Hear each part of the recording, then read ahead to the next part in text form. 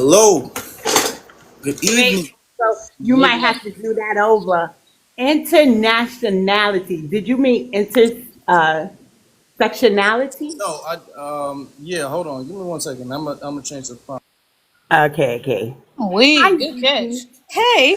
Yeah, yeah, goodness gracious, should somebody come in and see that, It Agreed. don't say Nah, that. for real. We be talking about that shit all night, please. I'm good Uh-huh. catch. I'm glad you got that early. How you been? I'm good, darling. How are you? I'm okay. I slept all day. You did? Oh, no laughs, no other laughs.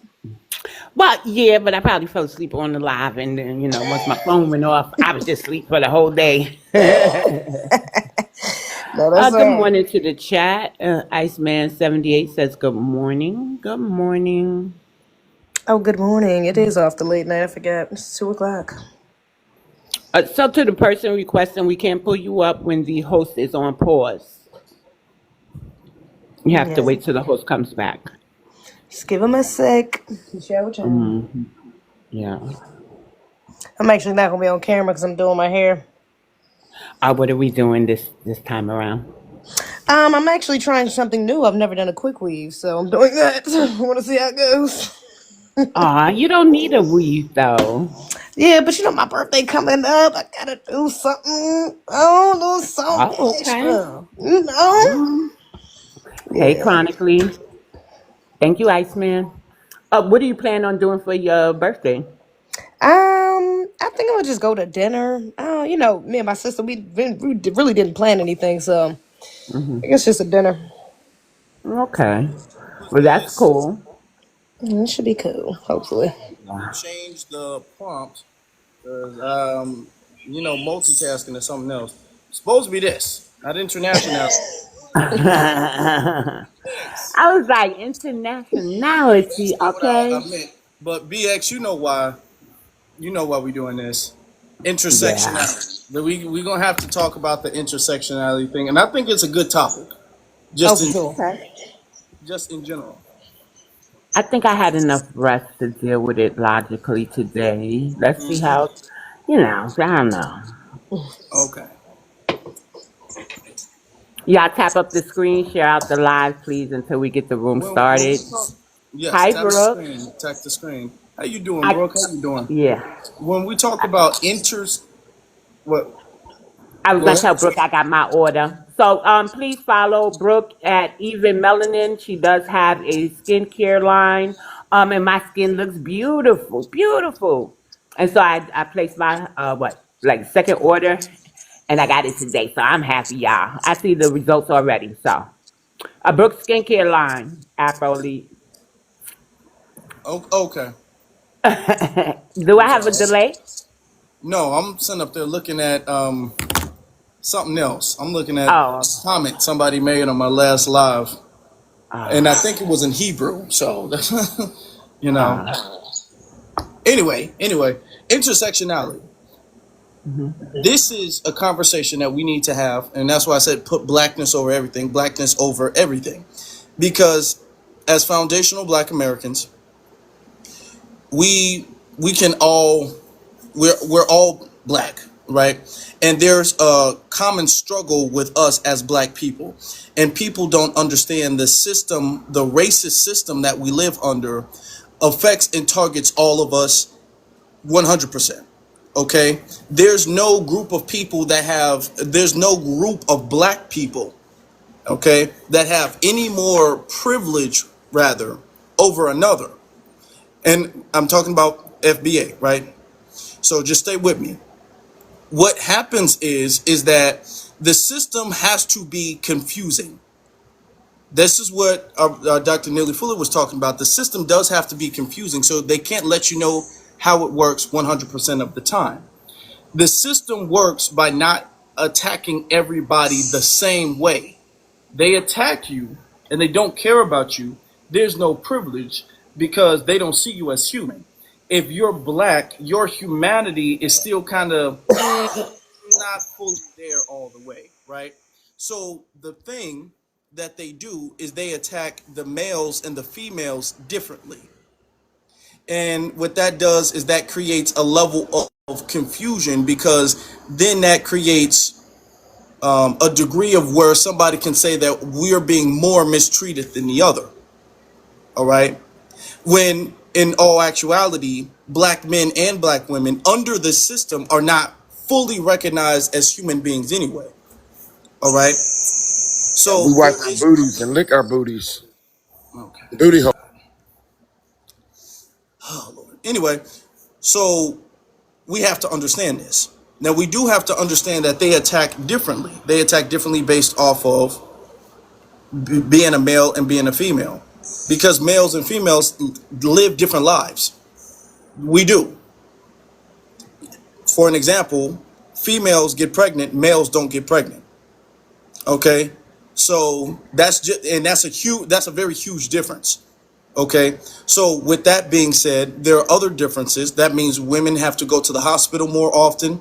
That means there's a higher likelihood that they'll experience medical racism, where you can have a black man, he can have 10 kids and ain't been to a hospital in a decade. He don't have to step foot in the hospital, not for a checkup, not for nothing, like, you know what I'm saying? Now, you can't handle with black women. It's a little different. So you understand the difference there. So they might face an experience, a level of racism that might affect them a little bit more closely because they are a woman, right? Now, it affects black men and black children because black men and black children and black women are all in one community. It more directly affects black women, but indirectly it affects black men because black men and black women are, again, a part of the same community. All right. When black men get face injustice in the police system, black men face injustice by, the courts and all of that stuff. Those things affect black men directly, but it also affects black women indirectly because they're a part of the same community.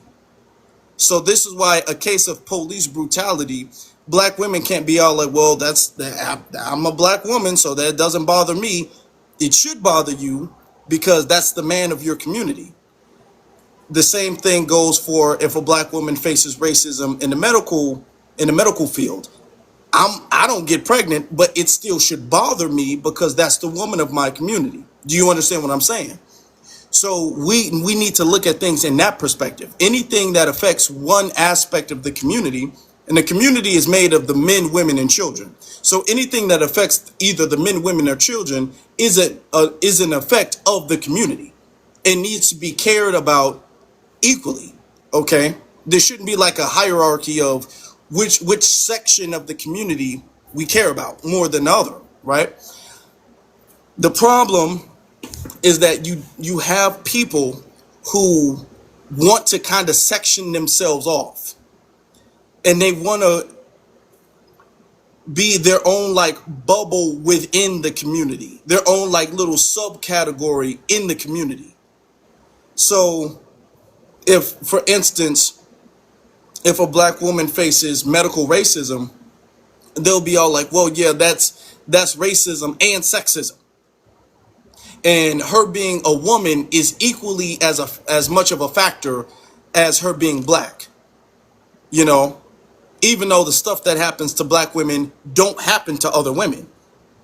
You know, the reason why the reason why that stuff happened to you is because you're black, not because you're a woman, because it doesn't happen to any other women. You don't hear Hispanic women making the same complaints. You don't hear Asian women making the same complaints. You don't hear the white tea women making the same complaints. So it's not about you being a female, it's about you being black. Okay? You know what I'm saying? About black men, there are certain things when it comes to false accusations that we face as males in particular. But the issue is not us being a male. The issue is us being black. Because if we were not black, those accusations wouldn't be made. Do you get what I'm saying? You get where I'm going? So we got to understand these things, that blackness is the issue. Okay? That's that part. That's the part that we need to be focusing on. And as a community, to move forward, we shouldn't be trying to equate any other identity or group that we might be affiliated with or a part of. Do you understand what I'm saying? As an equivalent to being black. Because whether you want to or not, whether you agree or disagree, whether you want it to be this way or not, your blackness is over everything else. Because whether you want to acknowledge it or not, you do live in a system where your blackness is your main identity, not just should be, but is your main identity. So you will be treated as a black individual before you will be treated as a man, a woman, gay, straight, any and everything, all of those things. Okay. And I also want to say, this also goes because we had a conversation last night. Now I want to have a respectful conversation today. A lot of black people who are a part of the letter community, we see disagreements when it comes to intersectionality, where they feel as if their orientation should be equally as prioritized as their blackness. All right, and we were going through with that last night. Had a small little back and forth, and that's not the case. Your orientation isn't. We need more people who are like James Baldwin. Okay, we need less people who are like, you know, I'm trying to think of another person, like another, like, Baynard Rustin, maybe. yeah, yeah, yeah. Thank you. You know what I'm saying? I have a question, Afro. We always hear about intersectionality when it comes to the black race, right? We're very sectioned up.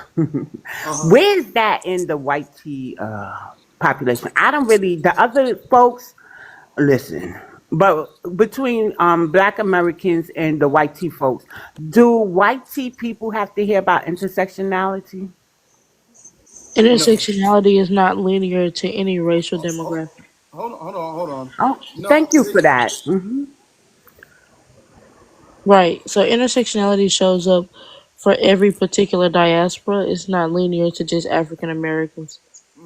And it's basically a framework that was coined in order to particularly reference the intersections of people's identities and how their oppressions may show up. So, like in the black community in particular, when we talk about black queer people or black trans people or black non-binary people, their experiences as a black person are going to show up vastly indifferent to their conventional straight counterpart. So when we talk about allocated resources to different disenfranchised groups, you have to take into account the negative implications of their identity and how it will cause or facilitate environments of oppression. Because I'm gonna say this about black disabled people. As able bodied black people, we have a privilege of being able bodied that will infringe on our ability to be empathetic and considerate of people that are disabled. So, black people that are disabled are essentially ignored, they are excluded from our activist movements, they are essentially ignored. So, when we talk about advocating for different disenfranchised groups within a disenfranchised group, we have to acknowledge the fact that there are blind spots of oppression that people don't consider enough.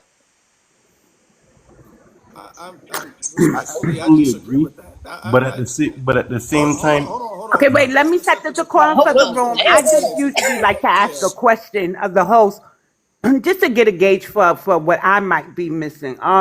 Or may because I'm wondering, I don't hear you said it's not linear, but I don't hear about that from other groups unless it's an Afro Latina telling me that she faces the same discrimination I do, but I actually descend from enslaved on this land. I ain't on her land. So I just wanted to make sure that I had my understanding down correctly. Like it's like intersectionality allows other people to kind of latch on, if not mistaken.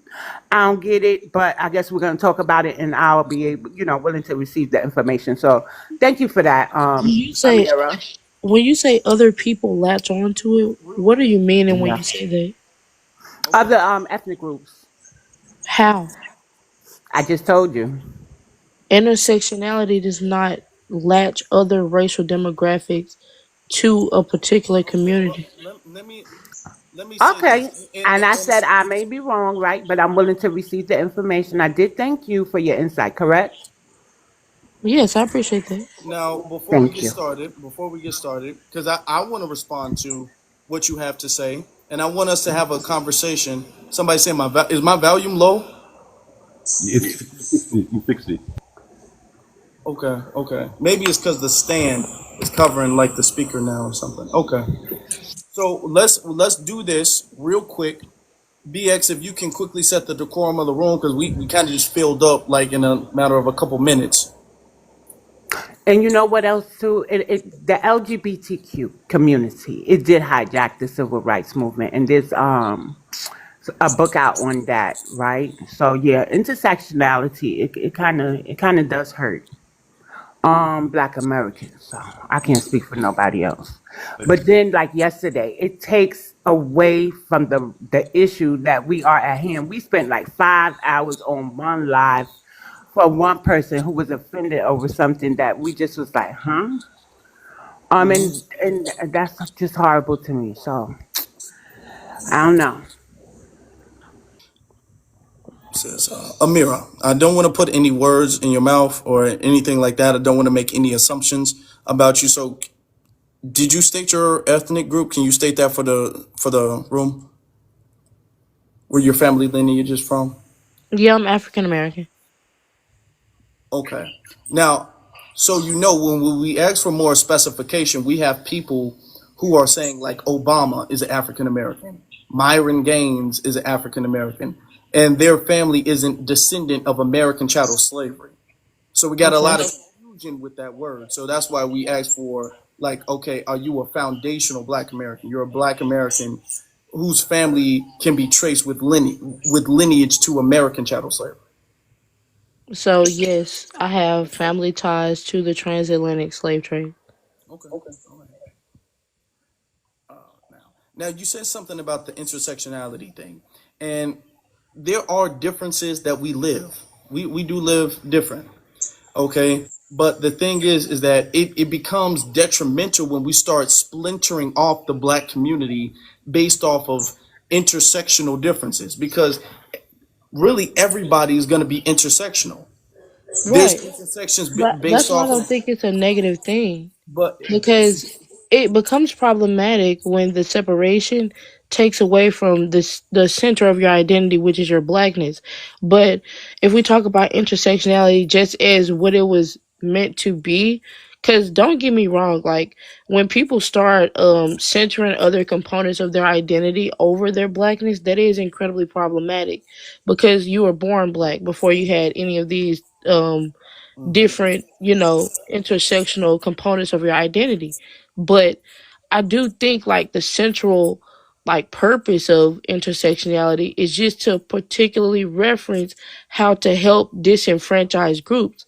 So it's not the idea itself of intersectionality. I think it's the way that I think people will utilize intersectionality to take away from, like I said, the central component of your identity, which is black. okay, okay. Now we all the thing is that do you see how problematic that can wind up being? You know what I'm saying? Because we have different intersections like based off of where you might live, what you might believe in religiously, what your political belief might be, how old you might be.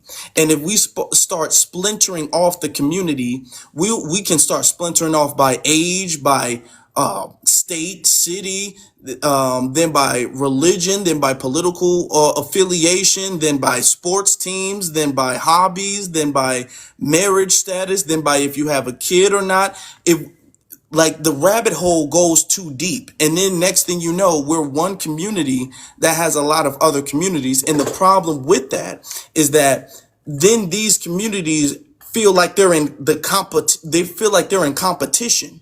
That's the problem. It's not a problem for you to recognize that, yeah, there are other aspects to your life. That's fine, and that's okay. There are other aspects to your life, but the thing is that when you focus on intersectionality, then it becomes a thing where now you almost are in a rivalry when it But I comes to think other I, people in the Black community. That's what it gets turned into. So, and you I gave an think example. I think Hold, we hold agree. hold on. Let me just land real quick. You gave an example of that when you said that black disabled people are not fully advocated for, or they face less representation. But when we say, hey, we're advocating for black rights, civil rights for black people, reparations for black people, that automatically includes black disabled people. They're automatically included. They don't need any like special advocacy, because when we say black, they're by default automatically included. But when we start doing the thing where we're splintering people off, then when we say black, people feel like, well, you didn't say black gay, well, you didn't say black men, you didn't say black trans. Like it becomes that. And then people start to feel Agreed. as if they're not being advocated for. And that creates unnecessary division in the community. But I think it's nothing wrong with broadening the conversations of black oppression, because it's so many different ways that our oppression shows up. And when we talk about intersectionality, like I said, it's just a tool utilized to specify what particular needs that a disenfranchised group needs. So when we talk about like the black community in particular, the stigmas that we have about disabilities and people within that type of subsection of our experiences, like, think about it. Our community has so many stigmas about mental health. A lot of people don't even understand that what certain disabilities are. We don't have a coherent understanding of how to like actually help that demographic of people. So when they specify their particular needs, what their experiences are, they become vocal on their platforms about their experiences, and they start to create like a particular advocacy for their particular demographic. I don't think that's a negative thing. It just kind of expands the lens of how to allocate resources and help to that group of people.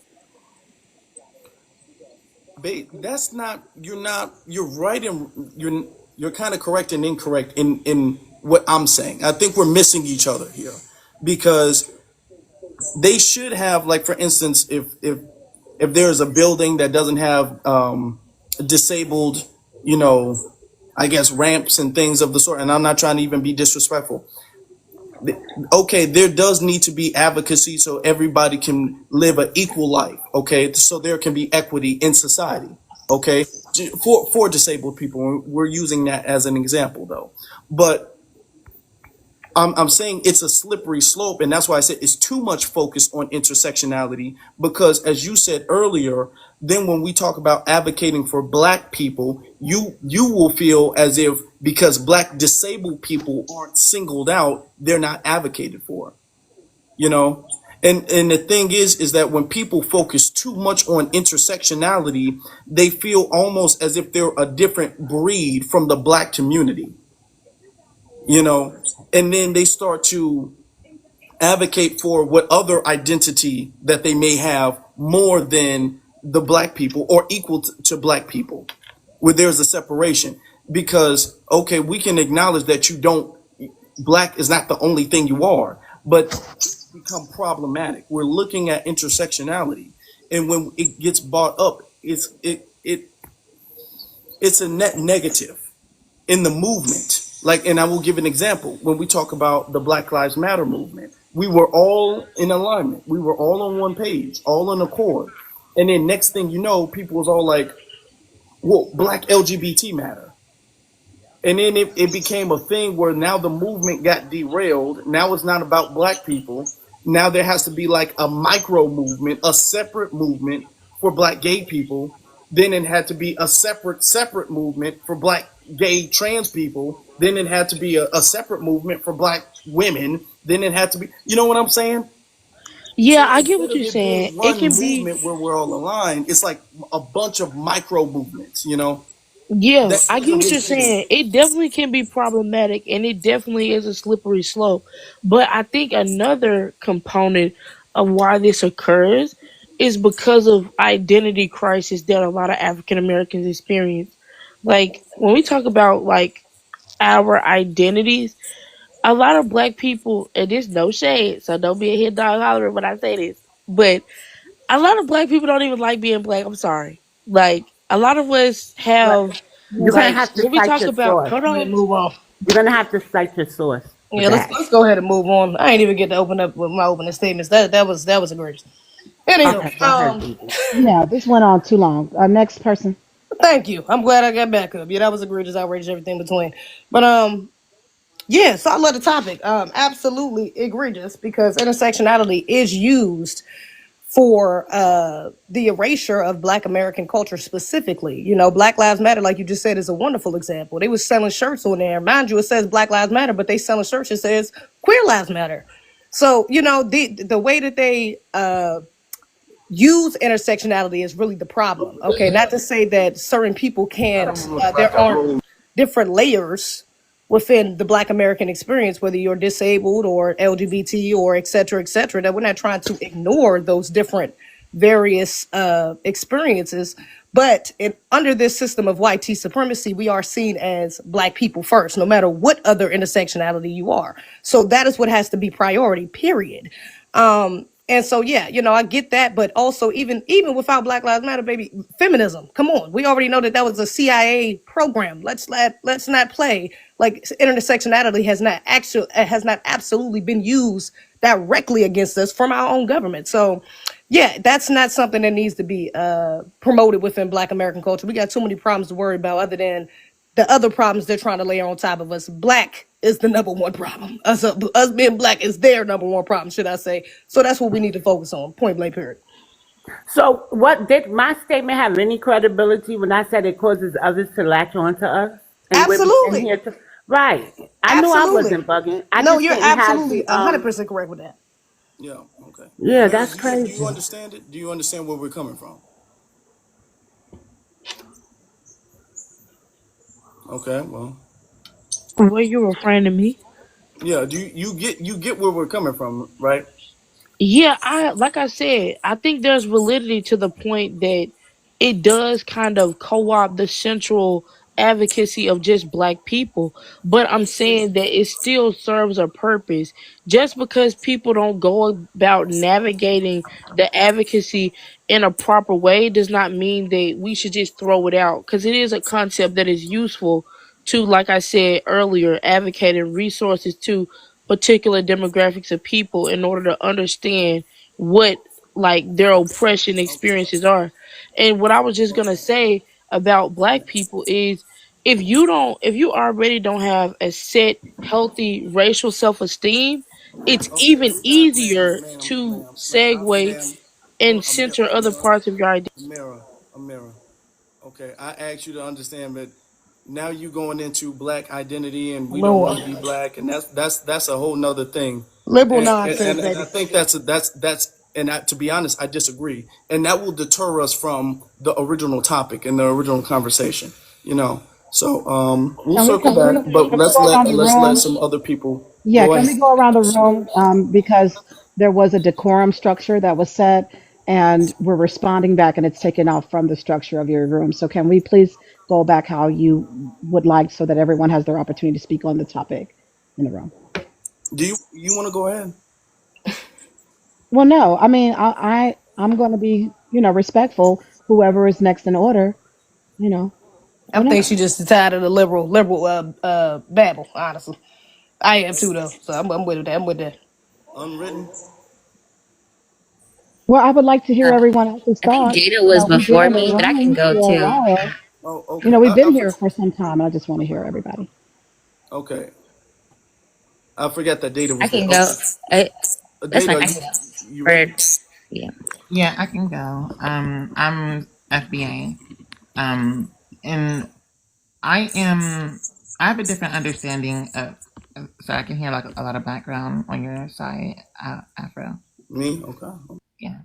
Yeah. So I kind of have, I think, a different stance with regard to intersectionality, because I think that one of the key what the key utility of intersectionality is understanding that the differences in these identities primarily matter in on a contextual basis. So when it comes to how white people view us, if white people is looking at a group of black people, they're not going to say, "Oh, this person's trans," or "This person is gay," or this, that, and the next, and then treat them especially worse. That's one context. But when it comes to the context of, let's say, growing up queer in a homophobic Black household, you have a different relationship with a sense of community or many other things that can impact you due to your unique experience. And you said something earlier that I wanted to respond to. You said when it came to, oh, and I am over 20 or over 18, I forgot to say that. You said when it comes to Black women, the medical malpractice they experience is not because they're women, it's because they're Black. Um, and that no other women experience that. I mean, it's definitely true that there are instances and types of medical malpractice that no other type of woman experience, but there are more instances where no men experience that same type of medical malpractice. So it is something where because you are Black and because you're a woman, and Well, specifically because you're a Black that's woman. because a man is never going to die in childbirth. A Well, grown that's man is not going to a grown man, not the baby, but the father of the child is not going to suffer or die or anything harmful is going to happen to him during the birth of his child. So so, you got to put that in there though. So in that, I'm not just talking about childbirth. I'm even talking about how, um, when it comes to self-report of pain, or in suffering in any form, not just related to reproduction. Self-reports of pain and suffering are specifically undervalued in Black women than any other group. Period. More than any other type of woman, more than Black men, and that's just with pain. And there are many examples of like these unique experiences related to identity, which makes the understanding or I guess appreciating intersectionality important because there are unique experiences everyone has. And when you open up a conversation to see what type of unique experiences each type of person has, then you could better help your community. And one last thing I wanted to say before everyone responds. You said that when you're advocating for Black people and when you do things that helps Black people, you are necessarily helping all Black people. It depends on what specific piece of policy or what specific action you're doing, because there are ways that your other identities could either a prevent you from reaping the benefits of that action, or two, seriously or significantly reduce how much benefit you have from that action if that action is blind to all these other things. And I think of intersectionality the same way I think of delineating from non FBA Black people. Yes, we are all Black, and yes, someone who is unfamiliar with how different Black ethnicities look can be confused and say that we're all the same when we're not. But there is a unique history, perspective, life experience that being a Black American provides me specifically, which is why it is important to delineate and talk about that intersectionality of the Black experience as a Black American with regard to everyone else. And that's my opening statement. Okay. Oh, well, the thing is that if we were to go down that route, we essentially would be divided over every single intersectional thing that could possibly be the case. As far as black men in the medical racism, black men face a lot of medical racism that is very under discussed. That is almost not discussed at all. Very Almost, true. we're going to be very honest, when we have the conversation about medical racism, we almost completely omit the men entirely. We almost only have that conversation when we're talking about women. You know what I'm saying?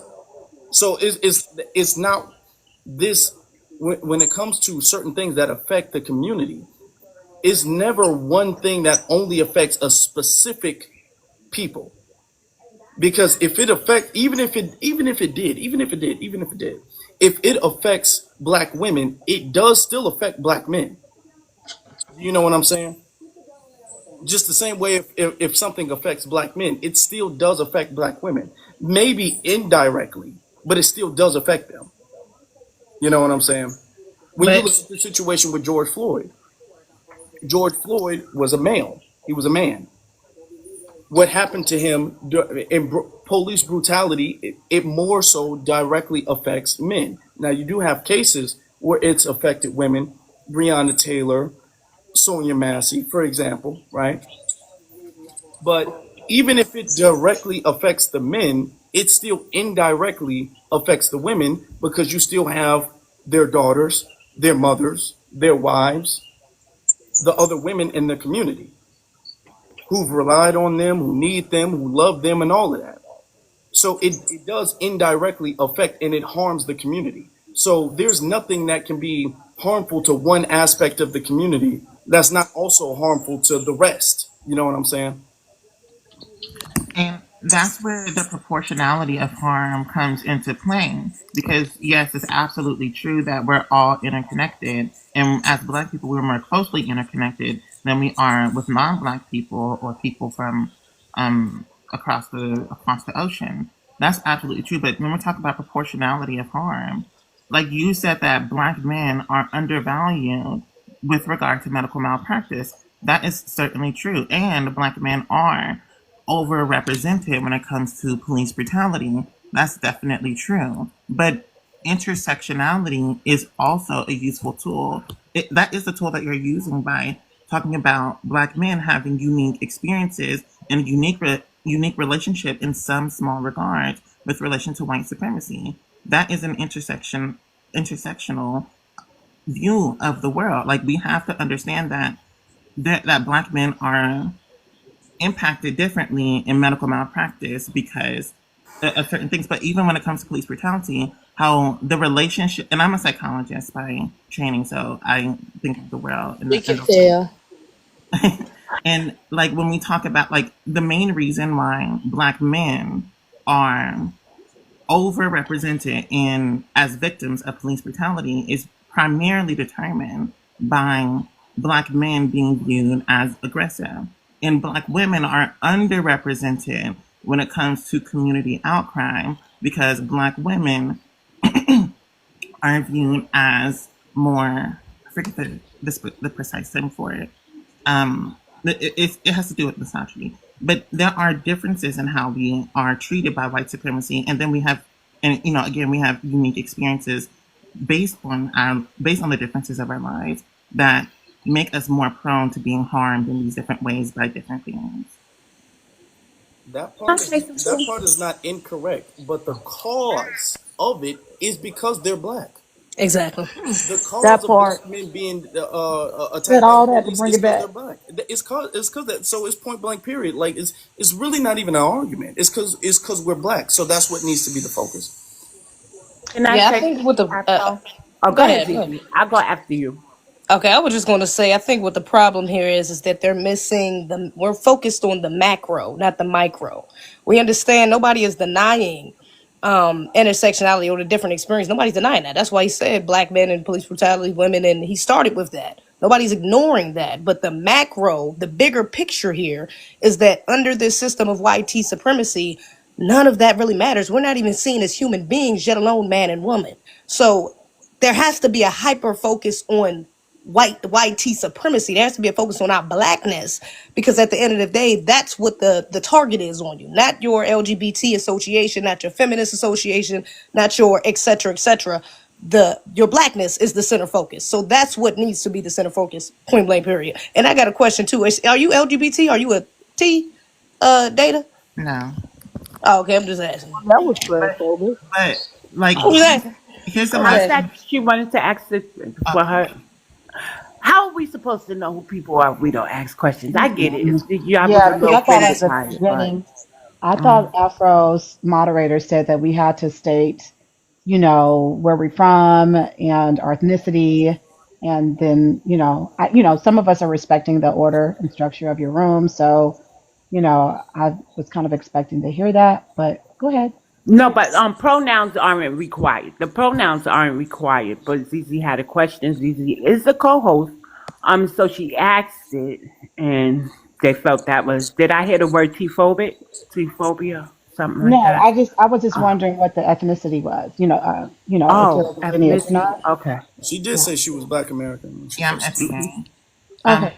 Okay. But in response to what Zizi was saying, like, and I guess to what Afro was saying too, how these things, how being Black impact the role of any type of identity with regard to intersectionality is either a moderator force, which means that it increases the impact of any type of relationship. So a moderator would be that because you're Black, you are more likely to be inflicted with violence. Like, that's a moderator. Versus a mediator is you are only going to be inflicted by violence because you're Black.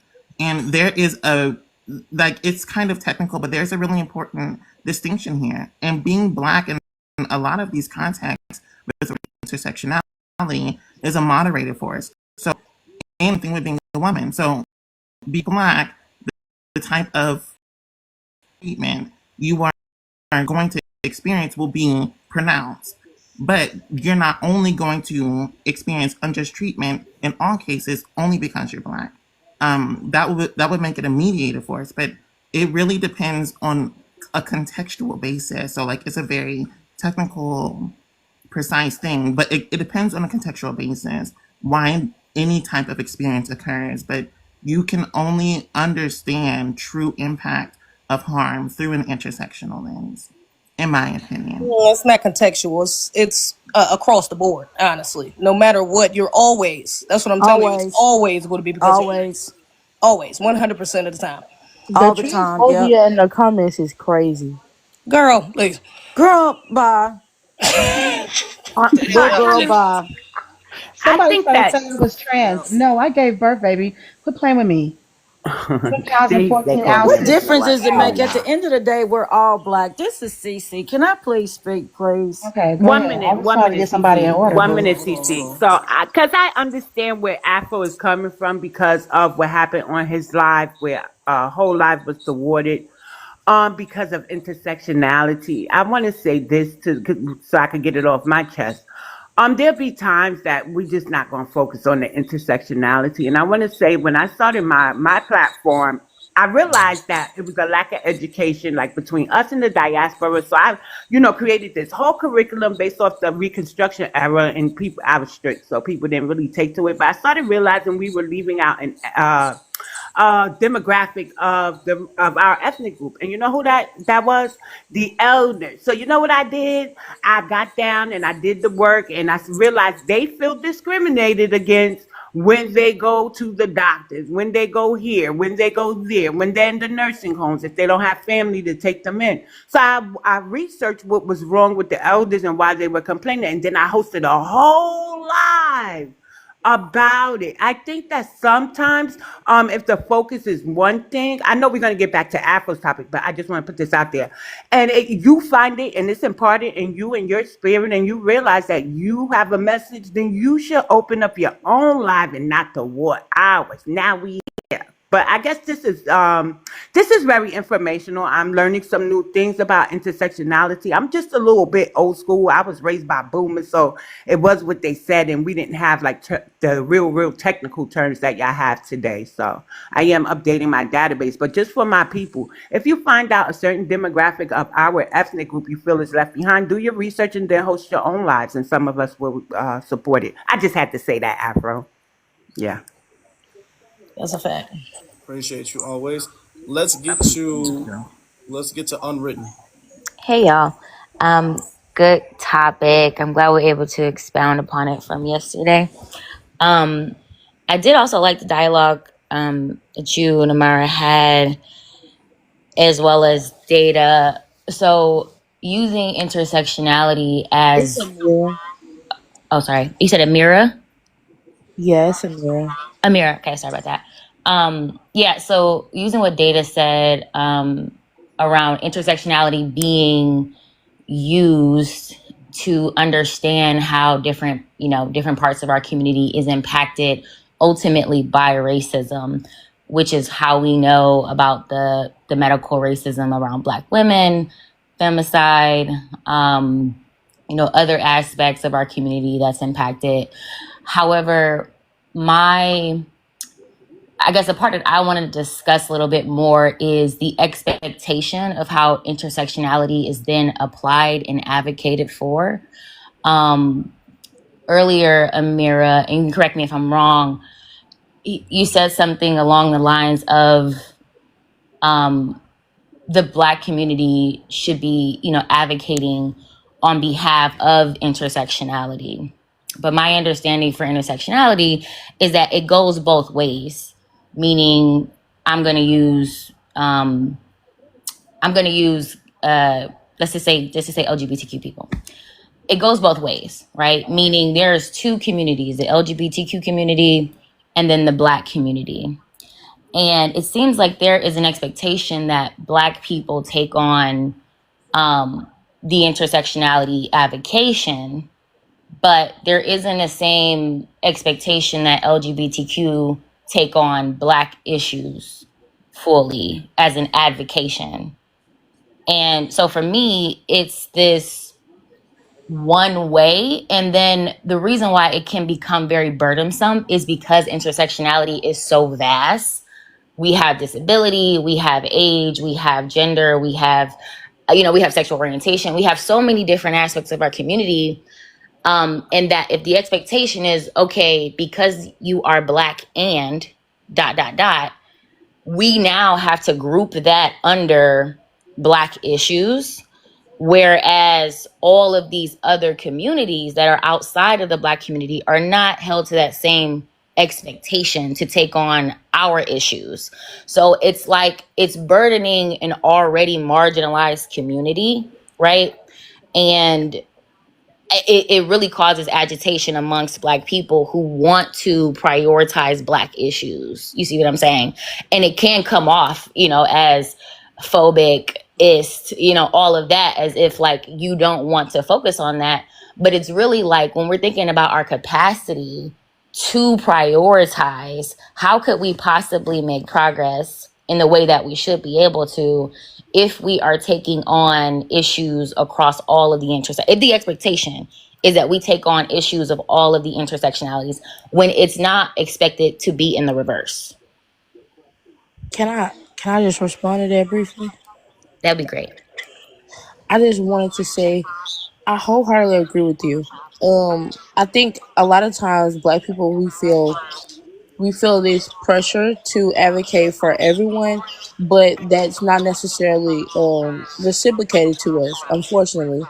But I do think when we talk about the rest of over exalting ourselves to other demographics of people, I think just when it comes to just intersectionality alone, I think the goal is just to be an ambassador of humanity, to be vocal about certain issues and things that are happening with other groups of people, as well as the things that are going on in your community. But if you're talking about a subsection of Black people that just want to hyper focus on our issues and our issues alone, that's completely valid as well.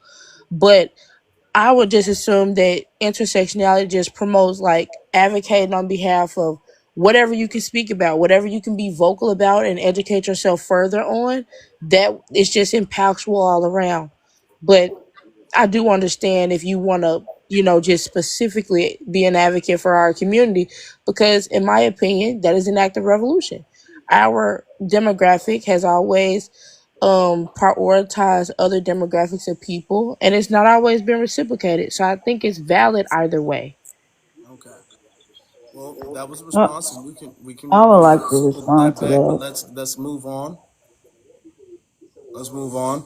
Because I would there like this. to respond to that, please. Okay, hold on. Was Cloud here first before UCC or no? Let me see, Cloud. Hold on. Let me see something. Oh, I don't know. Okay, go ahead, because Cloud's not even. Go ahead, and then we'll get to Cloud. Then we'll get to Juicy Genius. Oh, okay. Whenever you go to a place or go anywhere, when you step outside your house, other people see Black first. The Black is first and prominent and forefront.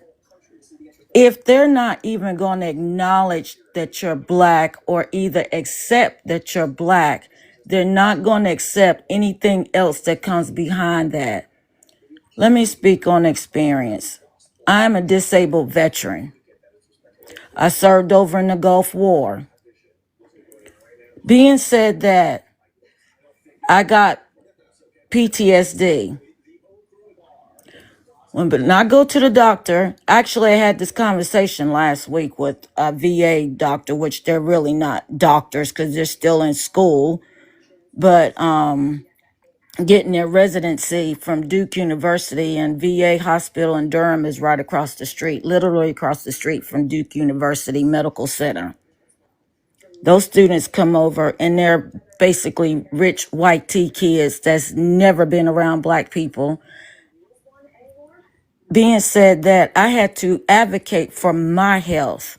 Because like I told the young lady, you're not going to use me as a guinea pig to get points on your little scorecard to move on to the next phase. Because after this, you still have 3 years. After your residency, you still have 3 years to go to get your doctorate. So don't try to play with me and my health because I don't care what you need to get. I'm telling you, I've been with myself for 60 years. I know what works. I know what don't work. You just met me.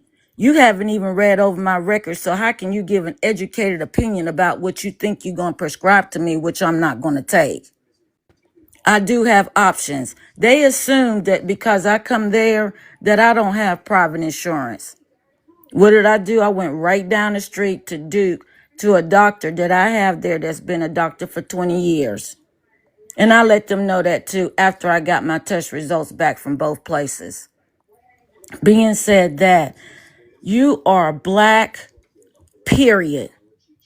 If people don't want to accept you or respect you for being black, they're not going to listen to you. If you LGBTQ, they're not going to be an advocate for your health.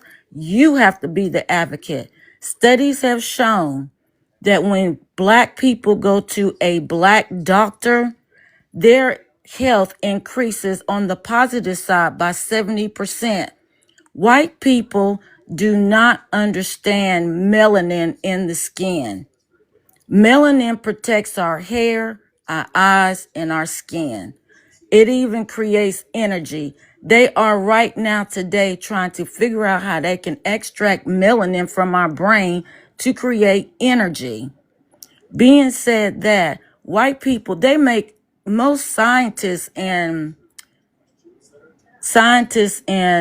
researchers tend to be white tea people. They make medicine for themselves. Just like, for instance, metformin. If anybody knows about metformin that's up in age, I say that's at least in their 40s or 50s that's on the platform. I'm 60. I'm familiar with metformin. That's a medication for if you're diabetic. That does not work for black people. That's not for us. That was created for them. Just like when you go to the doctor and they take your blood pressure and they check your oxygen level, that little device that you stick your little pointer finger in, because our skin is brown and melanated, that device does not give an accurate reading. That is a known fact because that was made for the white tea people. So when we go to our black doctors that understand about melanin skin, they are better for us to have a healthier lifestyle than a white tea doctor because number one, they see you walking in and you're black. They think, first of all, they think you dumb as hell and you don't know any better. So they think you're going to believe what they tell you anyway. Let's start there. So if you can get a black doctor in your community for whatever illness you may have, that would be awesome. Okay. Thank you. Thank you. That's couldn't agree more. Very true. Yep. That's very true. I couldn't agree more. Well put. Thank you very much. Thank you. Thank you, CC. Thank you. Thank you. Let's get to Cloud. All right, peace, peace, peace. How you Uh, doing? all right, all right. Um, I'm FBA. I'm from Brooklyn. I'm living in Texas. My family was in the military, whatever. I was talking to Unwritten, and I was telling her about how Gloria Steinem was a CIA operative, and she fractured the civil rights movement by using the feminism, and that's how they derailed it a little bit. It took a little steam away from the civil rights movement. But I was talking to one of my friends, and she was gay or whatever, you know what I mean. And I don't have no problem with that. But she was like, she was saying some stuff that she was being discriminated. I was like, look, you're black first, B. They don't look at you. Listen, that only works for the YT people, man. That doesn't work for us. They only see one thing when they see us. And we got to get over that. I'm this, I'm that. No, you're black first. They don't care. They don't care. The dominant society don't care about none of that. They don't. They only do that. They only care about it when they can co-opt it and use it to their advantage. Thank Otherwise, you. you don't mean nothing to them. You don't mean anything. Only when they can Yep. co-opt it and Amira, use it to their Amira, I'm gonna have advantage. to cycle you out real quick because I got to bring somebody else up. But go ahead, keep going, Cloud. Yeah, so no, that's pretty much all I wanted to say, man. But like, if people want to like, I'm on Sabby Sal's podcast, and she did a whole deep dive about Gloria Steinem and the CIA, how they co-opted the civil rights movement with the feminist movement, and our government is always out ahead. So we always got to remember that we're always under attack, and we're always going to be black. It doesn't matter what other sub label that you use. You're black first, and that's all they see. Oh, they I see don't it. understand what the problem is. They got all these new labels. That shit is a trick bag. Like, dude is in the. It's that's part of their technology, dog. We always been scrambled and mixed up when we allow these people to interject in our stuff, dog. But they don't only look at us one way. You know what I mean? And I'm gonna land my plane with that, B. Question. Well, Amira dropped, right? I have a question. So for No, so I many years, cycled you out because there was somebody in the queue, and then I pressed the thing and they didn't come up. So uh, for so many years, I it watched. happens. Yeah, as Black Some of Americans it's took. intentional. Can y'all hear me? You hear me, Afro? Yeah, I get you. Okay. I Because do. I'm still stuck on her telling me that intersectionality does not mean others could latch on. But I have another example because I see Free Palestine in the comments, right? So for so many years that I've been on the internet, I watched as Black Americans took on everybody's fight and everybody turned against them. So when the thing kicked off with the Palestinians, and I saw our young activists with the watermelon in their profile picture. I said, it's not going to go very good. Sure enough, I see a who I'm assuming is a Black American saying saying the one time that we need to do something for ourselves, this is what y'all do to us. And then a Palestinian who ain't even over there in Palestine crying how Black Americans won't help them. What do you mean we won't help you? But they do that. Well, we're just as oppressed as you and we need your help. And the moment that we say, okay, and sort of what we're going through now, we helped you as much as we could. Now we got to focus on us. Like they wanted to dictate how our young youth, not youth, younger generation would vote. And the younger generation was like, look, this is for us. We got to do this for us. And do you see any of them watermelons floating around here anymore in Black people's bios? Right. That's what I meant when I say intersectionality, because we take on everybody's fight because we see that it may be comparable to Black Americans, like surface level. And then after we take on their cause and we do one thing they don't like, one thing they disagree with, they throw us under the bus, make all type of videos, crying and making us the bad guys. But we were the first ones out to help them, and that's what I meant by intersectionality from other causes. Is that a real thing, or is there another technical term? I think there might be another technical term for that Okay. because intersectionality is about you and your identity and Okay. things that you identify with. All right. I think that would be a more of advocating for humanitarianism, and you just advocating for anything that you feel like needs to be advocated for. All right. Thank you, Afro. No problem. Can I actually respond to Let's get Unwritten really quick? hold on, just Okay. real quick, just hold your thought. Let's get to Juicy Genius. Thank you for allowing me to speak in your space. Juicy Genius, FBA, on both sides, maternal and paternal, Lowndes County paternal, 1820, Milam, Texas, 1830. In regards to too much focus on intersectionality, I believe that intersectionality is a deflection from the primary focus, which is the Black experience, the Black narrative, Black heritage, Black culture. Um, and not saying that no other individual within our community, their issue is not worth advocating for. Yes, everyone deserves advocacy, but as it pertains to Black Americans and our focus, it's time for us to focus on what we unite in and not what divides us. I don't have a long, drawn out um, explanation as to why this person needs advocacy or that person needs advocacy, or someone that needs to have their issue heightened.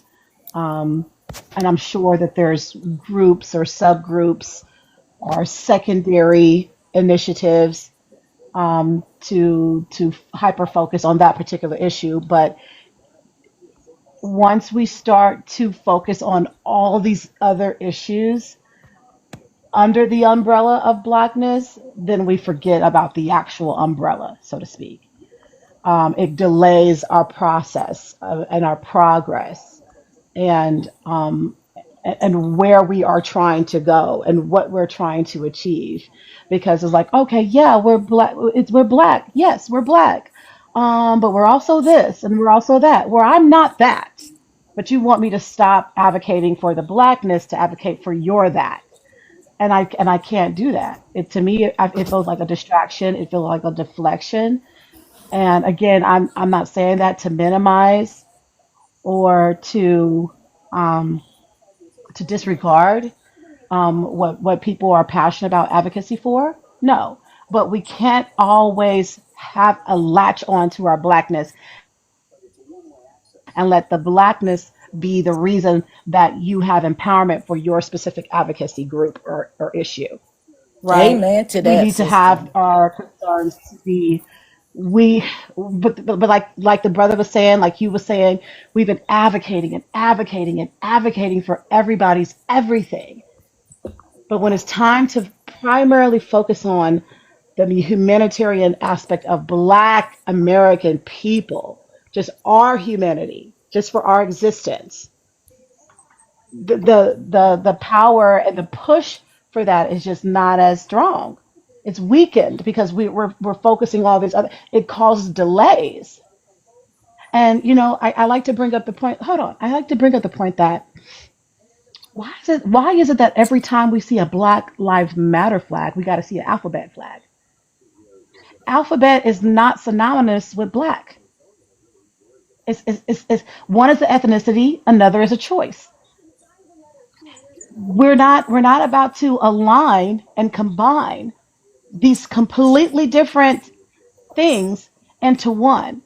And that's what keeps happening. It's the tethernicity. It's the tetherly thing to do is to latch on to who has the most impact, who has the most power, who can shift the culture, who can shift the narrative, who can change laws. We can. If as a culture we decide to just focus on reparations as a culture, we don't want to hear about nothing else for 4 years straight. Let's put our other issues on the shelf for a while and let's align on what we can unify in. The word is unification. And we are the only group, we're the only ethnicity, we're the only ethnic group in this nation where there's federal agencies and organizations that have deliberately came in, co-opted, shifted, destroyed, redirected, anything that we have to do with unification, coming together, progress, empowerment. It's happened decade after decade after decade. Why is there so much effort into eliminating our unification? Because they know that once we are united as a people, we shift things. We changed the direction. So everybody knows that. So that's why this intersectionality conversation is a very important discussion to have. Like I said, it's not that we want to minimize or eliminate or disregard other concerns within the umbrella of blackness. But like the sister said, the black is first. And if they see that first, nothing else is considered.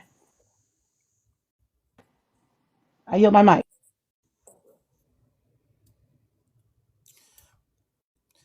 I feel like a lot of people are pretty much saying the same thing, that we get it. We understand where everybody's coming from. That, there are other aspects to your life. And we respect that. But the thing is that what essentially what we're all saying is that that aspect is now becoming a problem with the whole intersectionality thing, because now that aspect is deterring us from the main problem, from the main thing. All of these side things are deterring us from blackness, because people are trying to make it seem like it's equivalent, and it's not. I like the fact that everybody's saying what they're saying respectfully, even though there's disagreements. But we're all being respectful adults here. I'm big on disagreements because we have to get to an understanding, and that's okay. We can disagree without disrespect, but you gonna get this work. We gonna cook, and we gonna speak the truth to power. So I appreciate this conversation, Afro. Thanks so much for allowing me to speak. Yes, indeed. Thank you. All right. Let's If get you to don't cold. recognize it, they will. Yeah. Let's get to cold world. Peace, family. How y'all doing? Can you hear me? Yep. I hear you. What's going on, brother? Ain't nothing, man. Peace, BX, peace, EZ, everybody. Love, appreciate y'all. Um, I think it's just, not just, but in my opinion, huh? You're FBA, right?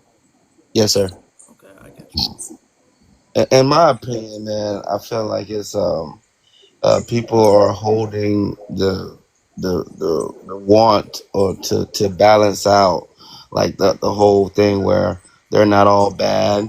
So a lot of people are holding out the belief that they're not all bad, and so when these people come up with these distractions, I think that's what becomes intersectionality, when they're deliberately trying to distract away from our purposes and what we're fighting for. Some of our people fall for it in the belief that they're being righteous by giving them the benefit of the doubt sometimes, or believing that they're not all bad. What do you think about that? Hmm? That's an interesting perspective. That's an interesting perspective there. Go crazy with the light right here. Uh, that yeah, it makes you include by default. You're including. Let me just switch this up. You're including another group of people just by default. You know what I'm saying? You automatically have to Trojan horse another agenda, another community, another advocacy. Yeah, exactly. Something that we shouldn't be a part. And I'm gonna say this, and this might be a little controversial, but I'm saying this because I feel like this is gonna help. I feel like this is gonna solve the problem. Really, there's a lot, not all, but there's a lot of people who believe in intersectionality because they don't want to be black first, because it's almost like anti-blackness, because it's like a little insecurity about your blackness. So you want to identify as something you want to identify as something before black, because you don't want to really identify as black. So you're trying to make something equivalent to your blackness, and there isn't any, because you want something to be before your blackness, because really you're insecure about your blackness. And we can tell that because a lot of people who are really heavy advocates for intersectionality, they're always putting whatever intersectional identity before their blackness. It's not even an equivalent, even though they say it is. So it's just really a way to hide your blackness behind whatever other identity that you're advocating for a lot of times. And I would double down on that, and not only say that they're using that as a mechanism to protect themselves, but also it's a way to tokenize themselves because you have people that are even when you look at LGBT, when you look at LGBT Negroes in particular, some of them can be used as pawns for the white tea supremacists because they are LGBT. It was a brother, I remember reacting to a video of a young brother. He was like a rapper, and he was saying how in foster care nobody really gave a damn about what he had going on until he came out of puberty, and he came out.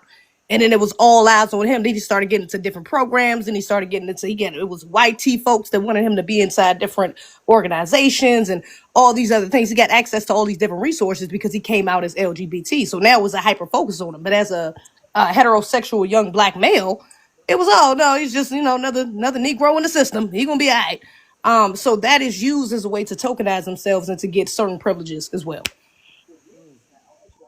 Talking point. Data. Data. Come on I now. can't hear you. Really? Oh, your mic is a little low, Afro. Data, you can That's hear? crazy. Data. That is so crazy. Can y'all hear me? We can't. When you Yeah, sit it like I can closer, hear you now. I you couldn't need to hear sit anybody. closer. yeah, it was like super quiet, and then like it gets better the longer you talk. Okay. I'm not sure what's going on. I don't know Oh, why okay, that's that's happening. good. That's good. Okay. All right. That's good. Now, Data, you said we booted a mirror off. No, I said y'all booed her when she said basically what you were saying, that there is a lot of, for some black people, there's a lot of, what's the word, she insecurity, I think, racial insecurity, that makes them prone to betray black people in their pursuit of, I guess, recognition for their other identities. I mean, you two said the same thing. I don't know why there was kind of an acceptance when you said it, but there was like, you know, I mean, I guess she worded it wrong, and she started by saying there's some black people who don't like being black, and that's what turned everyone off. But you two said the exact same thing. That, well, if we said that, and because I don't recall booing, I just said that that was going to go into a different thing because she admitted that she was going to go somewhere else with it.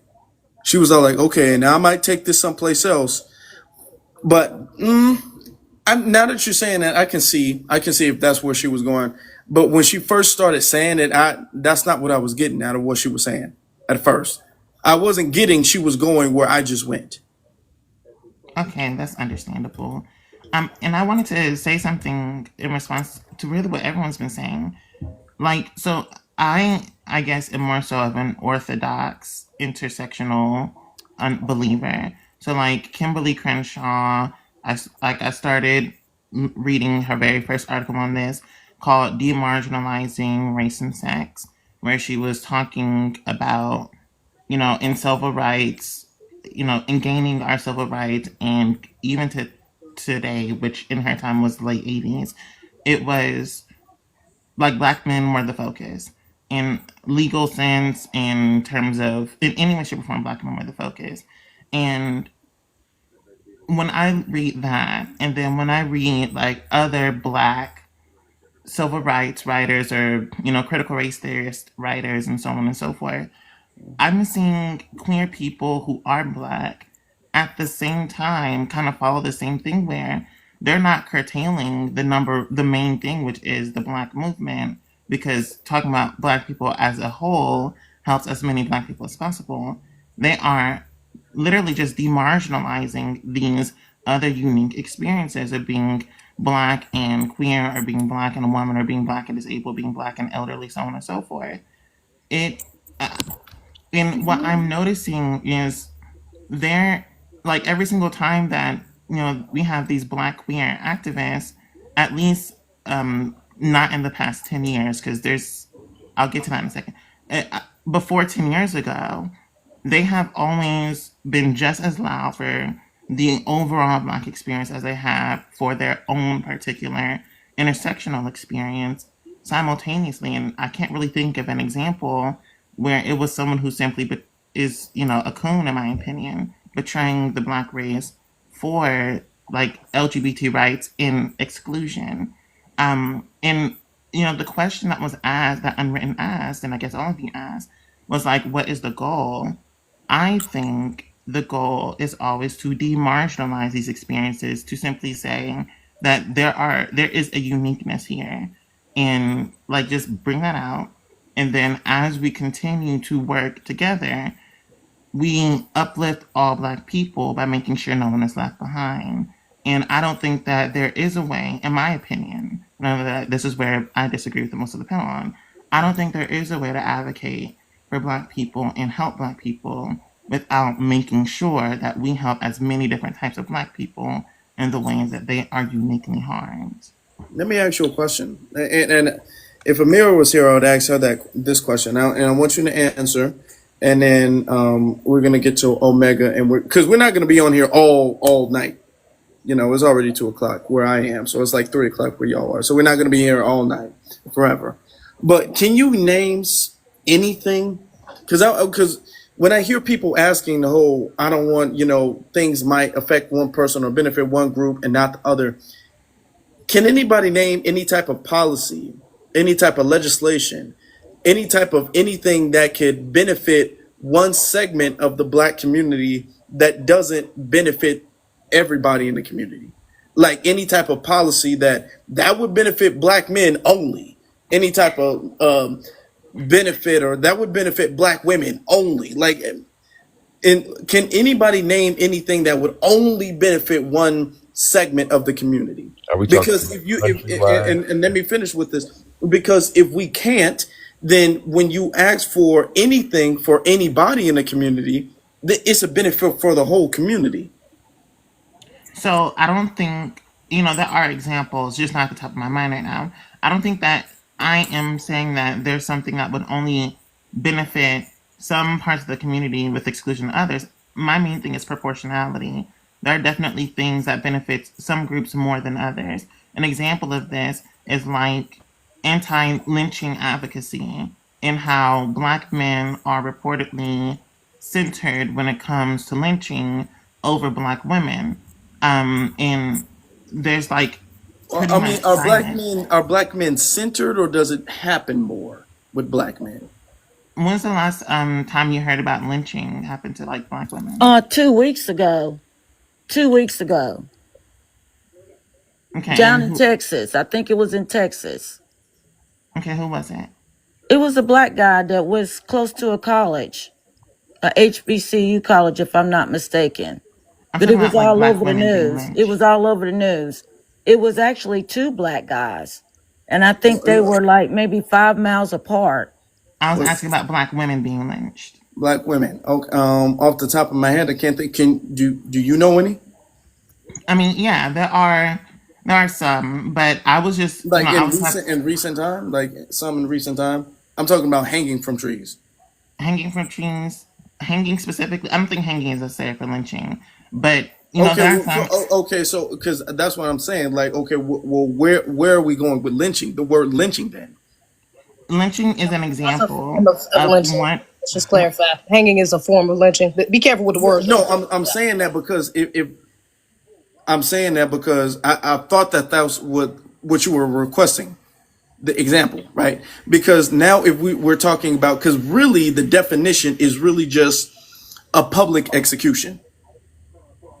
Pretty, that's really the simplest definition of it.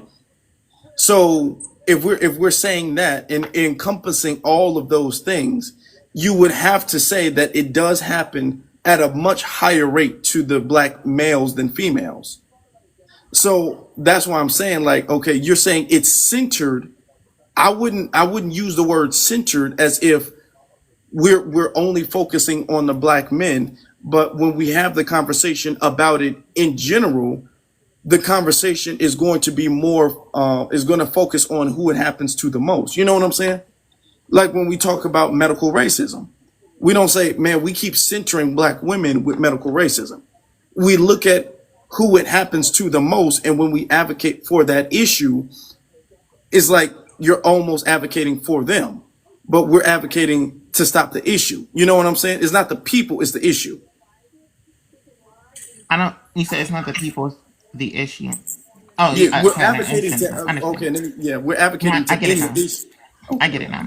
But again, it's still about proportionality. There are things that any benefit or any harm impacts different people differently, which is kind of the main thing. And even when it comes to lynching, that was just an example of, if we just talk about race and gender to keep it simple, like we fundamentally understand certain issues as in the Black community as being gendered, whether or not they necessarily are.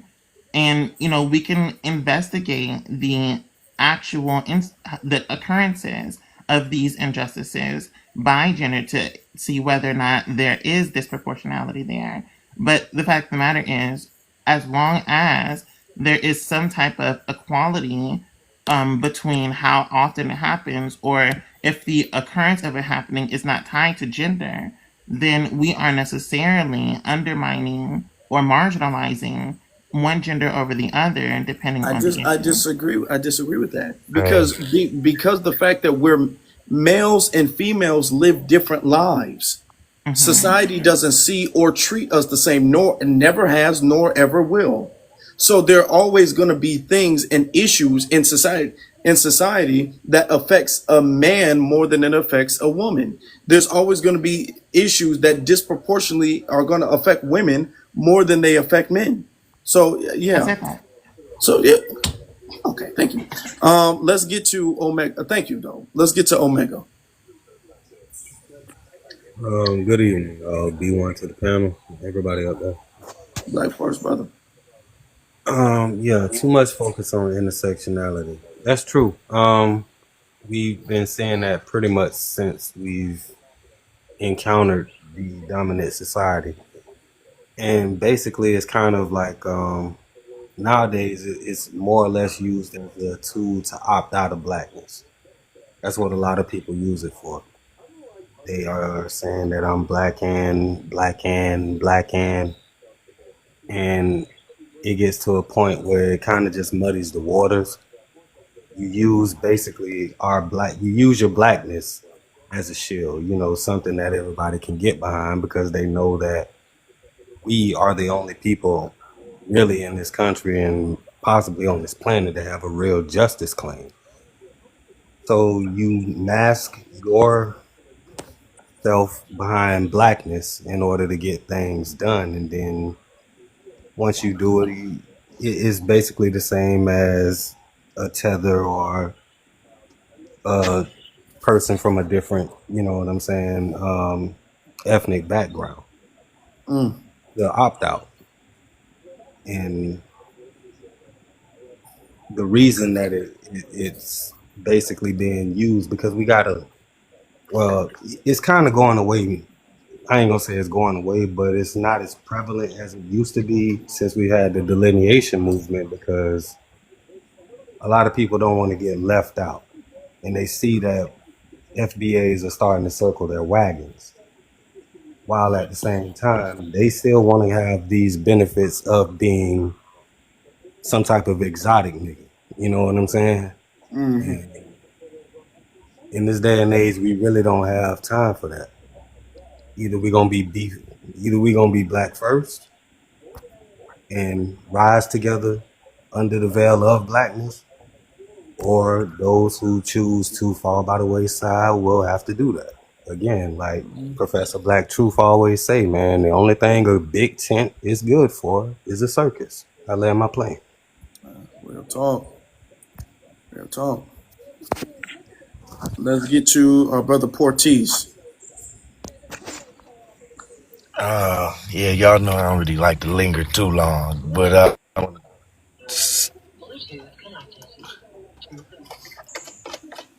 my bad, my Bluetooth. No, I just want to get on here and say, man, that's always been my message. We What got happened? on black trans, black homeless, black men, black women. We all black. Once we figure that how to step as one. I promise y'all we gonna be all right. I've been getting this instilled in me since a youngin', man. Claim your blackness, be proud of it. Even if you gotta wake up screaming you black and you proud, be proud, man. Step with magic, man. I love y'all. I'm gonna keep gifting in the comments. All right, appreciate you, brother, and I respect that. I respect that. And it's good to have a conversation where people can be mature, people can express what they want to express respectfully. So whether you agree or disagree, nobody leaves feeling like they were, bullied or beat up or any of that. Nobody feels like that, okay? Because that's not the way to fix this community. It's not, and that's what we're doing here. These conversations, we're bit by bit, we're fixing a community. We're gonna get to Oh Majesty, and then we're gonna get to everybody's, I guess, closing statements, and then we'll wrap things up there. Okay. So Oh Majesty, you can go ahead. Yeah, I just wanted to say that I think it's a matter of timing. So hold on, sister. Let me Hold on. trying to You turn have this a thing down. okay. Um, can't find my remote. Is that Roland Martin? You watching Roland Yeah. Martin?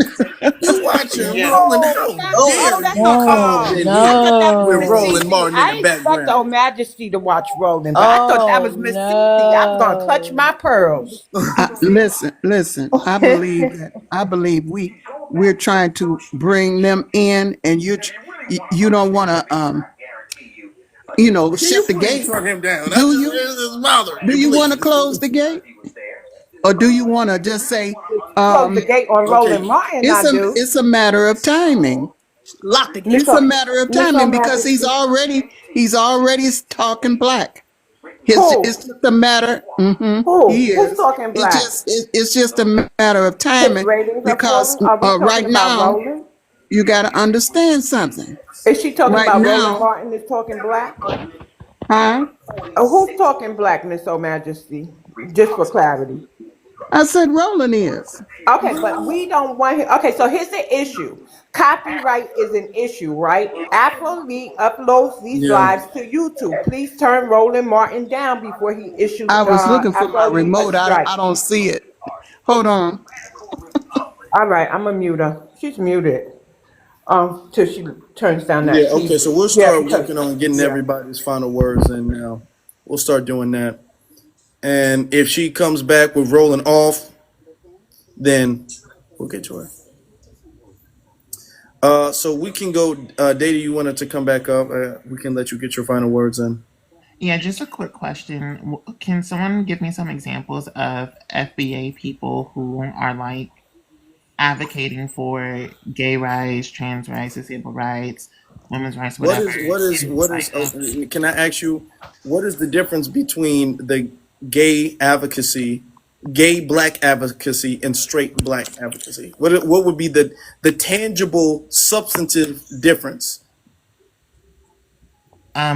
like, are you asking for a policy Yeah, example? because I can give you several examples of people advocating for the whole community, but you're saying that you want someone who's Whole advocating community.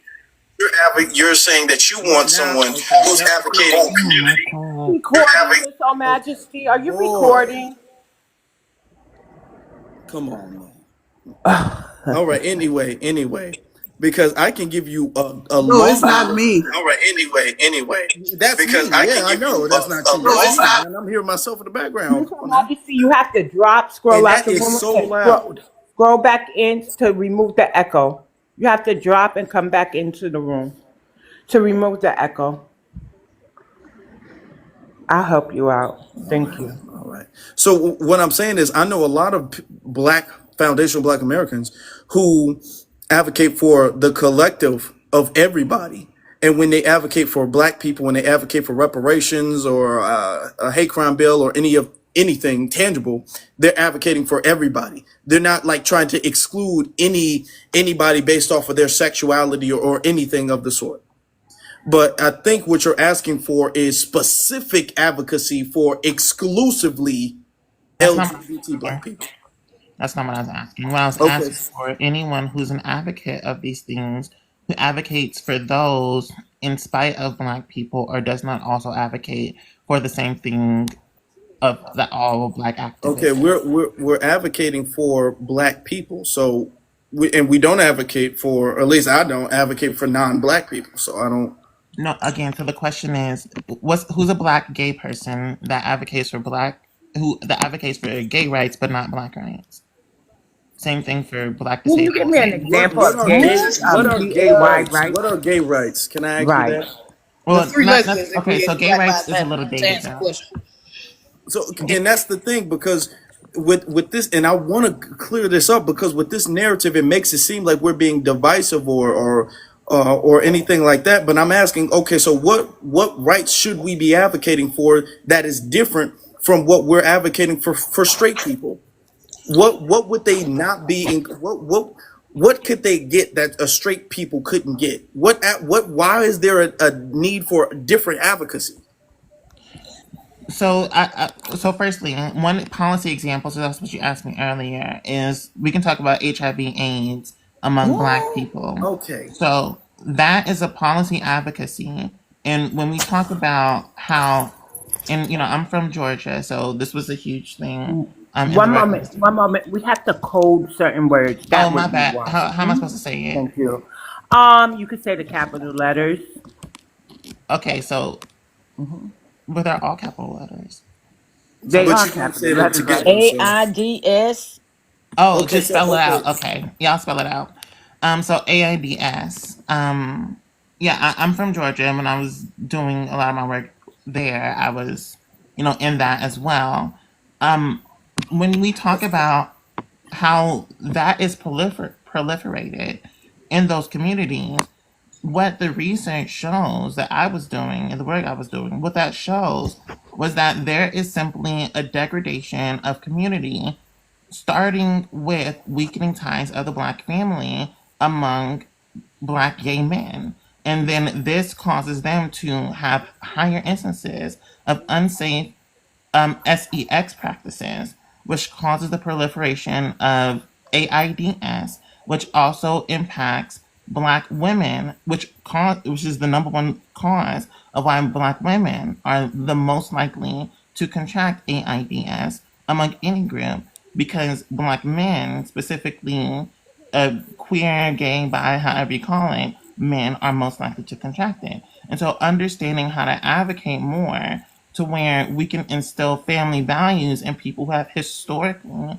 been excluded from the family, that could theoretically decrease instances of AIDS contraction in Black people. So that's an example of advocacy for Black gay people, that is different from all types of advocacy for any other type of Black person. And so, are I'm we sorry, because advocating to the yesterday. government for that? Sorry. yeah. What Like, what who are we? policy what policy I'm do we sign? confused. What legislation would that do? Yeah, like, what are we Yeah. exactly? What's the what's who are we advocating that to? Yeah. So there are sex education. Sex education has historically been heteronormative, so it only talks about how to prevent Okay, reproduction. I think you missed her question. I'm Yeah, so like, if maybe I you can were clarify, and I mean, this kind of could probably be my closing statement as well. But maybe if we're thinking from a lens of we're combating racism, right, and how that impacts different people within our community, and therefore, if we are advocating for things that impact us due to racism, that would be all encompassing, right? But when you are saying that we need to now advocate for education piece, we Hmm. that would already be covered under Black issues, like education. And if you're saying, well, we need to have sexual education underneath that, I don't see how sexual education would be limited to LGBTQ people It's not. either. It's not limited. It's more so specific emphases, in outreach tactics. Right, but I guess that's still not it's still not really isolated to LGBTQ. Is like sexual education is for all of our community. That's not isolated. Now you can say that, okay, well, given disparities amongst like what you described, LGBTQ people are more impacted because of this, right? But it isn't an isolated thing. No, Does because that you make have sense? DL brothers too. So, and I guess There you go, it's a little Cece. bit, and this kind of goes back to what I was saying earlier, how you're saying or asking for, are there Black people or FBA who advocate for LGBTQ people, etc.? And it's like, I think you're not, I don't think, and maybe you need to have a part, I don't know if you have a part two on this or not, Afro, but I don't think it's coming across clear that a lot of the issues that impact like all Black people would be included under Black issues. And you would then have to identify, okay, what isn't really being covered under Black issues, right? And how are the other communities then incorporating those things, and that people's needs are really being met because you have these different communities already existing. And therefore, to me, the criticism of Black people to take on more than that, meaning we're now taking on issues that solely impact LGBTQ people that are not Black, then it's like, why are you expecting Black Americans to take on issues of non-Black people when you are not asking non-Black people who technically have more privilege than Black Americans? You're not asking them to take on Black issues. One minute, Mm. 1 minute, 1 minute. I'm written. I'm written. Remember yesterday in Foundational's room, I brought up something what she said, except I said DL men and their Mm-hmm. behavior patterns. She's saying the same. I think she's saying the same thing that I was saying yesterday. The cause of it. Mm-hmm. So I get the need for support in that area, but my issue is I don't know. My issue is like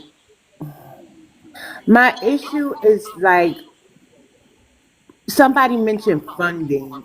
You're mentioning rights, and it kind of takes away from advocacy for all because now we're stuck on this thing, on this one thing. I don't know how to express myself properly because then you don't want to offend them, right? Because the white tea part of that group, right, that has all the power, they have the power like the Jewish people, right? And so I think that it's a bit unfair to place everything at Black Americans' feet. When I think for the most part, considering the times that I was raised, where they literally had songs about unaliving that demographic, to me now sitting and being able to not hold certain stereotypes, even calling them my brother, understanding that this is a part of our community, this behavior is a part of our community, but it doesn't affect me if I'm not dating. I just don't want to get lost and separating us because now we have intersectionality for that. We have intersectionality for this. We have intersectionality for that. But we do have to make it more comfortable for them to come out so that Black women ain't affected by it, right?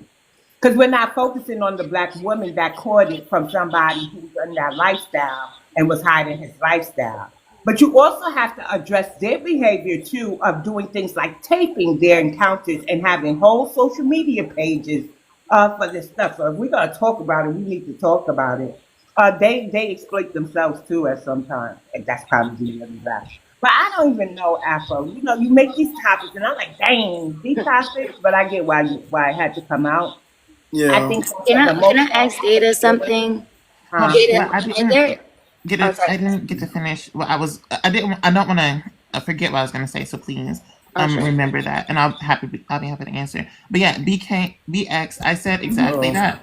Like this by us under historically under focusing on black gay men, bi men, whomever, that directly impacts black women who don't even participate. Like a black woman could be married to a man and have only that one man that she's ever been with ever, and then she contract HIV because he's DL. And Right? You didn't say all that so that you kind of glossed over that part, right? You did no, say I Black didn't. women, but it's like, That's what I literally started with. yeah, I said that gay men, bi men, and black women are the most likely to get HIV because of bi and gay men. yeah. But and I've written, you Yeah. were talking about other ethnicities. I never brought up any other. I'm not even worried about what they're doing over there in other No, but see, ethnicities. but that's the thing. I think you should be, and that to me is the problem where we are only putting the burden of taking on all of the issues around intersectionality on Black people, but you're not putting the same burden upon people within the other marginalized communities that the intersectionality goes towards too. That's literally the issue. You should be worried about them, and you should, same way, different people of different communities can come to us and say, hey, you should be talking about LGBTQ rights. You should be talking about this. You should be incorporating this.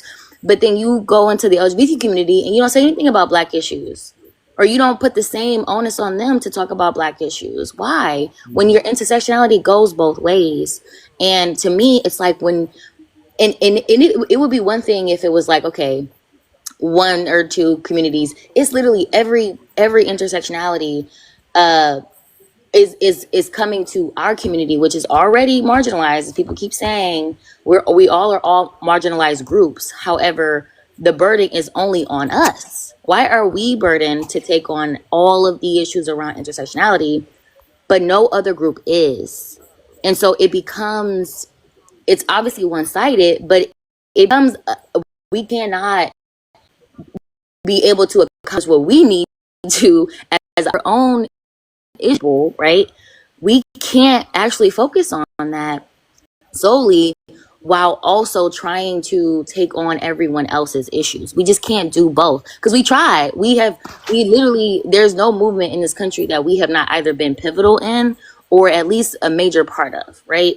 And so, but when we look at our community, we're like, damn, we have not made the progress that we could have been making, or the efforts that we have been putting into other movements, we haven't put into ourselves, because intersectionality honestly has overtaken a lot of it. Because we, like you said, our people, we have different experiences, and we can acknowledge that. But now it's a matter of, if we're going to prioritize issues that impact all Black Americans, right?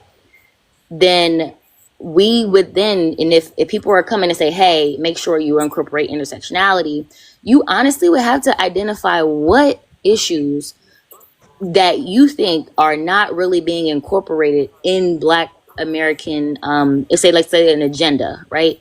You would have to say what is missing from that, to then say, somebody is being left out, which I can't honestly think of anything that we would advocate amongst all Black Americans that would exclude anybody. And if there are any things that say impact LGBTQ people specifically, but it doesn't necessarily impact Black people, that would be in the LGBTQ community's agenda to address. Because now we're like dividing the or not dividing, but we're distributing the advocacy weight. You see what I'm saying? And so it's like, that to me is very reasonable and is very fair. And I would definitely have an issue if that's not acceptable as a kind of just like going forward as something that we're all able to agree on. Okay, so the thing is, you're, I think, fundamentally misunderstanding where I'm coming from. I'm talking, I'm gonna have you be quick because I gotta yeah, make sure we. I'll be quick. You are misunderstanding where I'm coming from. I'm talking about intersectionality with regard to making sure no one is left out in Black advocacy. But When it why comes to, just Black advocacy? because that's my focus as a human being. That's my focus. But do you get her point though? I get Okay. her point, Because but her point, because I get her point completely. But it's like, you are, there's this idea that we're a part of some Venn diagram, as human beings, where if you are a woman, then you must distribute your energy and um, ideas and everything across all groups of women. And if you're Black, then you must do it for all Black people. And if you're queer, you must do it for all queer people. But my thing is that, and that's a fine way to think of the world, though my energy is making sure I'm getting as close to 100% of Black people positively impacted as possible. And other people can do other okay, things, but that's Okay, up to that's them. I'm okay, done. okay. Well, let's do this. Okay, let me say this though. There are issues that we can have, but the issue that you brought up with DL men not feeling comfortable enough to come out. Hold on, there's a background. Hold on. The issue where DL men might not feel comfortable enough to come out, and because of that, that keeps them on the down low, and there's issues that go on because of that as a result of that. That's something that we can address as an issue, but that's not because of lack of rights. You know what I'm saying? That's not because your right is not being recognized. So when you talk about gay rights, the situation you brought up is not because of a gay right. If they don't feel comfortable coming out because of, I guess, their family dynamic, that's not due to lack of gay rights. You know what I'm saying? So it's hard to say, well, we got to advocate for gay rights. And then when we ask, okay, what are gay rights? You're bringing up, well, their family doesn't make them feel welcome. Okay, well, we can address that, but that ain't got nothing to do with rights. When we're talking about advocating for rights, we're talking about that there are rights that we have in America as citizens that are not being recognized. You know, like our rights when dealing with the police, or our rights when dealing with discrimination, whether that's housing discrimination, job discrimination, whatever the case may be. So I So use so that's really my thing. yeah, I use rights as just a term. I But didn't necessarily mean like. I can give you like 10 seconds, and then we're gonna move on, All and right, then we're yeah, gonna. I use rights just as a term, and rights you can even look at that past or present. I don't know any black person who advocated for oppressed people, period, that did not also include black people. But yeah, even when it comes to resource allocation, I don't know any black people today who are advocating for resource allocation Okay. for queer people who don't also do it for black people. Oh, you mutant. You're in the matrix. You're in the matrix. I don't know what's going on, but you're in the matrix right now. So we're gonna get to CC and then Omega. I just wanted to say, I don't care how you slice it, dice it, and cut it up. At the end of the day, when you leave your house, you are black.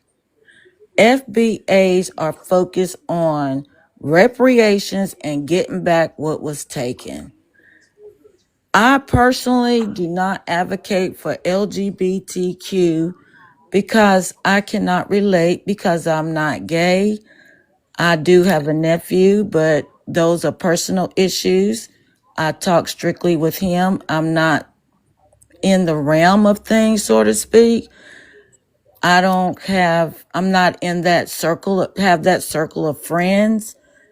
Just like I don't have white tea friends, I don't be in their circle. I don't have Mexican friends, Latino friends, and I'm not in those circles.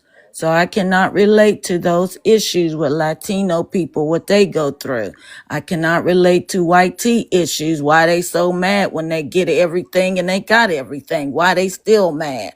I cannot relate to that.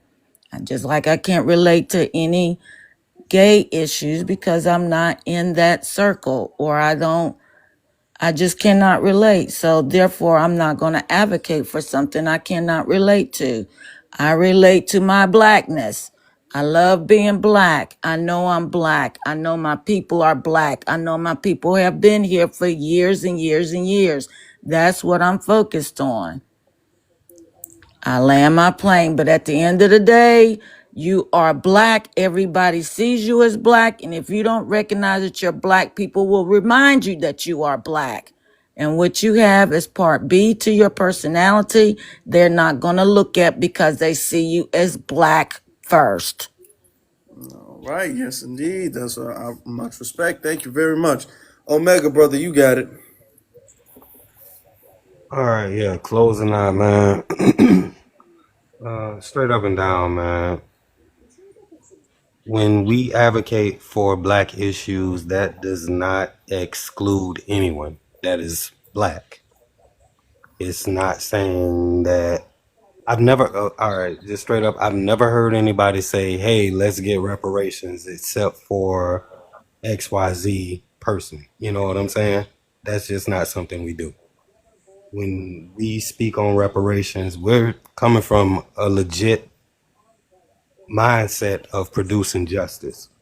Justice being guaranteeing that nobody is mistreated. regardless of sexuality, regardless of creed, color, whatever. Nobody is mistreated. Part two, guaranteeing that people who need help the most receive the most constructive help. That's it. It does not have to do with anything outside of that. And if you're black, you qualify for receiving justice. We're not going to make no extra concessions because somebody wants to feel like the special Negro. It's just not going to happen. If you want to do that, go off in the corner with the other special Negroes and enjoy yourself. Outside of that, man, you know what I'm saying? It's about black empowerment. So we don't have to advocate and say, like, I'm not, like, me personally, I'm from Florida. I like certain things that go on in Florida, but I'm not sitting here saying, hey, advocate for football. No, because that's something that's a personal thing to me. But when we come together collectively as a group, we advocate for what brings us together as a group. You can be gay, but if you want to be gay, you're going to have to advocate for that because there are people who may not feel that way. Nobody's dissing what you're doing. Nobody has a problem with what you're doing. Nobody's being disparaging. It's just not our cup of tea. But we can all agree that we're all black. I land my plane now.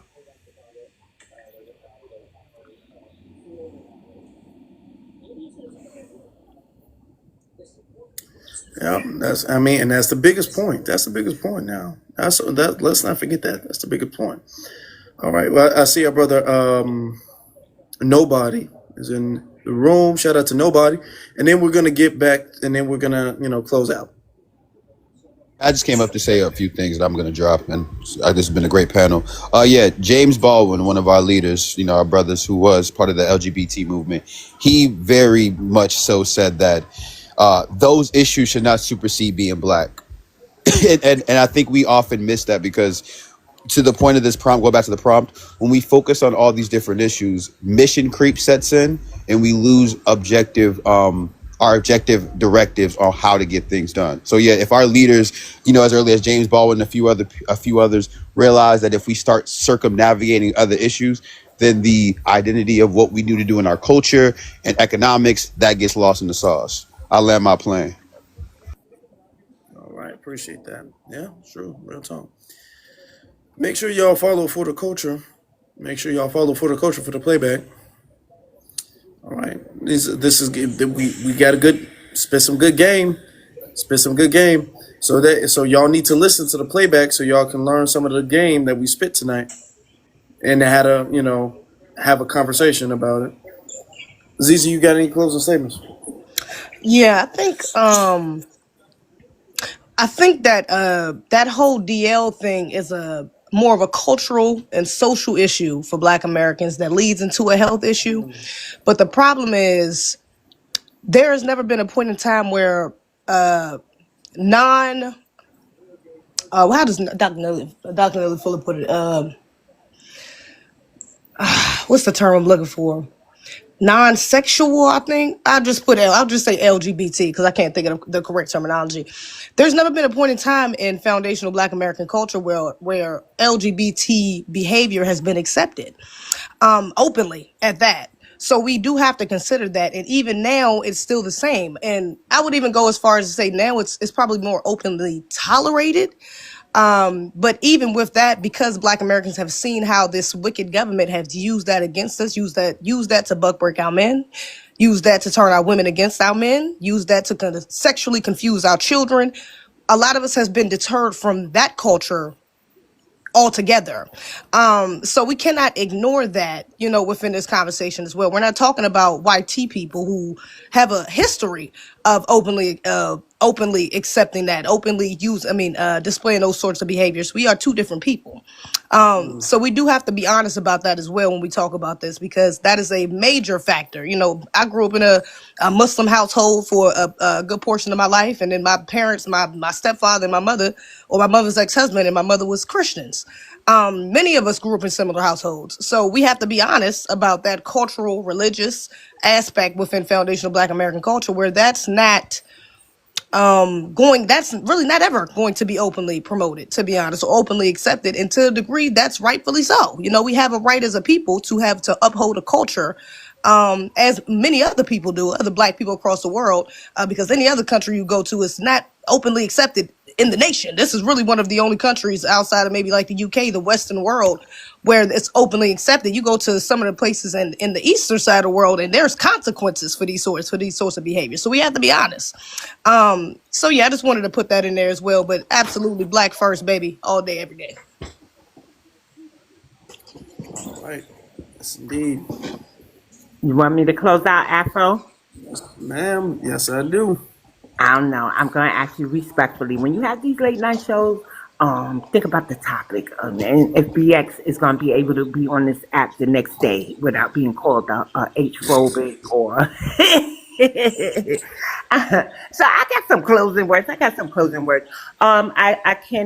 think that we've come a long way with accepting that community. As far as I did state that when I was growing up, which was the 90s, and it was usually the Caribbeans, they had songs that talked about openly unaliving them. But that was all rooted from buckbreaking, which Tyreek did a film on. A lot of the rejection that we give to that community is because how it was introduced to us, even though some tell me it was on the continent.